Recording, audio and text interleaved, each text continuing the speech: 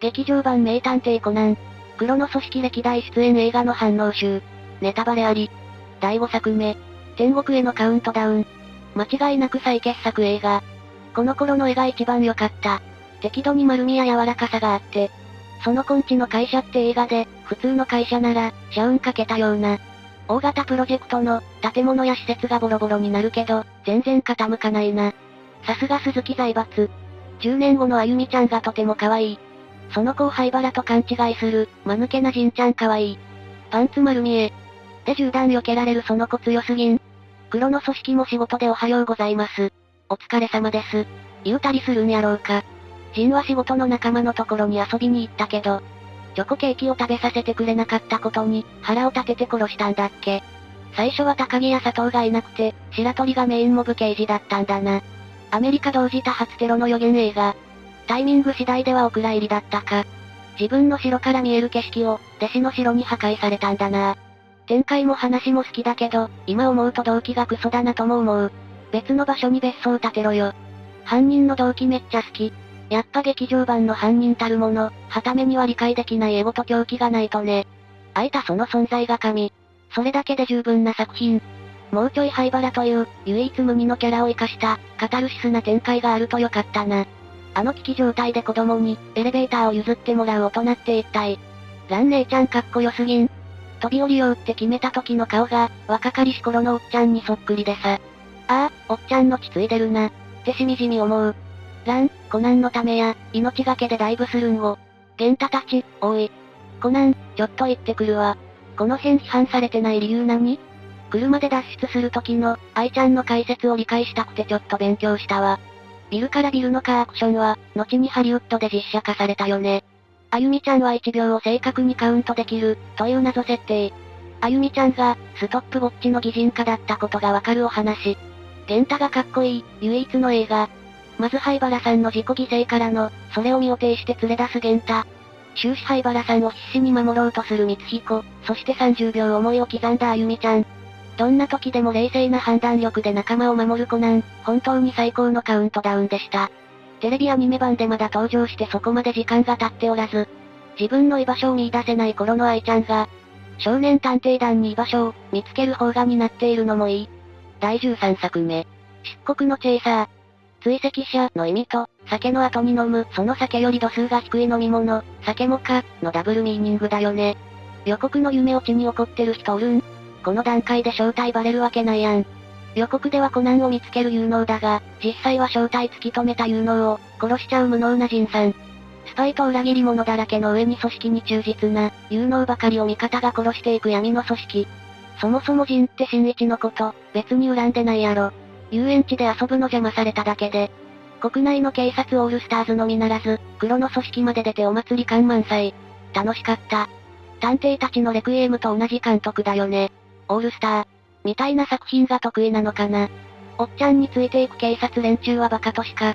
長野県警の結衣刑事が刃物で刺されそうになるのに気づいて、必死で手を伸ばす大和警部のシーンが大好き。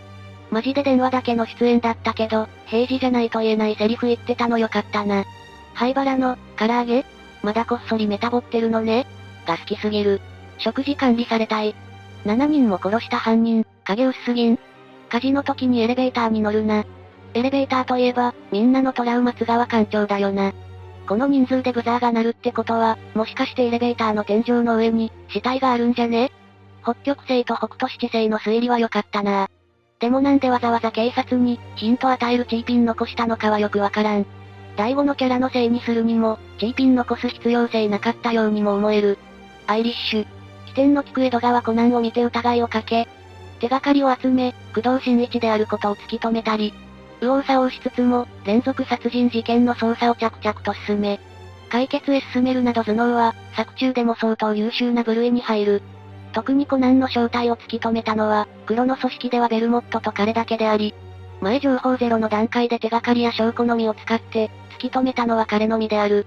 頭脳だけでなく、戦闘能力も非常に優れており、警察官7名を一方的に全滅させる、文武両道男だった。空手をしている女子高生は、銃弾を避けれることを教えてくれた映画。東京タワーで謎のヘリがドンパチやって、身元不明の死体が上がり、警察に変装していた、謎の人物がいたにもかかわらず、組織については全く情報が上がらず、上空で爆発したヘリに乗っていた人物も脱出成功。この世界の警察無能すぎんか。最大の疑問は、後ろ手に縛られた彼がどうやって、カブトムシにコンビニテープを貼ったのかということでして。あと大量のコンビニ飯をどう食ったんだ。ヘリのマシンガン乱射はもはやギャグ。落とされたヘリ多分50億円くらいするぞ。黒の組織の資金状況どうなってるんだ。ゲスト声優の大悟。その説はご迷惑をおかけしました。って謝ったらしいなう。第20作目。純国のナイトメア。初めてコナンで泣いた。組織でまともに組織してるのって。ラムを入れても、ジン、ウオッカ、キャンティ、コルン、ケじゃ寂しいな。ウオッカも実はネズミだったりして。カーチェイスに巻き込まれた人たちに、車の修理代とか払うのかな。イルカのキーホルダーくれる店員さん優しい。ていうか怪我したまま汚いままで、遊園地ってきっついわ。せめて顔拭きたい。記憶喪失の怪我人に何させてるんだよ。ベルモットターン、スルーされてオロオロするのかわいい。純国の源太、普段の数倍バカに書かれてる気がする。どうなってんだよ、この遊園地の安全管理。ハトポッポ博士が無能すぎて。できればキュラソー指南で、原作に絡んできて欲しかった。どうしてもキュラソーを思い出そうとすると、ジョリソーが邪魔してくる。予告人、お前ら、一斉に始末してやる。こんなセリフは本編になく嘘予告だった。アムロは赤いのかませ。アムロは赤いに対して、市場で執着しすぎだと思う。観覧車の上で、戦闘してる場合じゃないよねって感じだった。アムロが赤いに突っかかる理由、映画だけ見る人たちはわかるのか？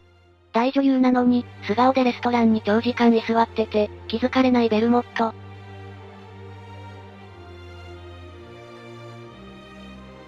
黒ずくめのヘリが攻撃された時、ジンが3連続ぐらいでん。って言ってたの吹いてもうた。可愛いかよ。黒の組織本編の奴らが無能揃いで、劇場版に出てくる奴らが軒並み有能なの、ほんと笑う。爆弾処理を、強引にアムロに押し付けたシルバーブレッド2人。あれは笑った。すげえ、かわいそうなアムロさん。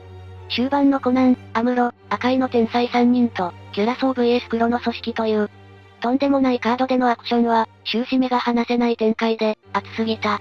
ラストの狙撃であるオチロがかっこよすぎる。あのシーンだけでご飯3杯いける。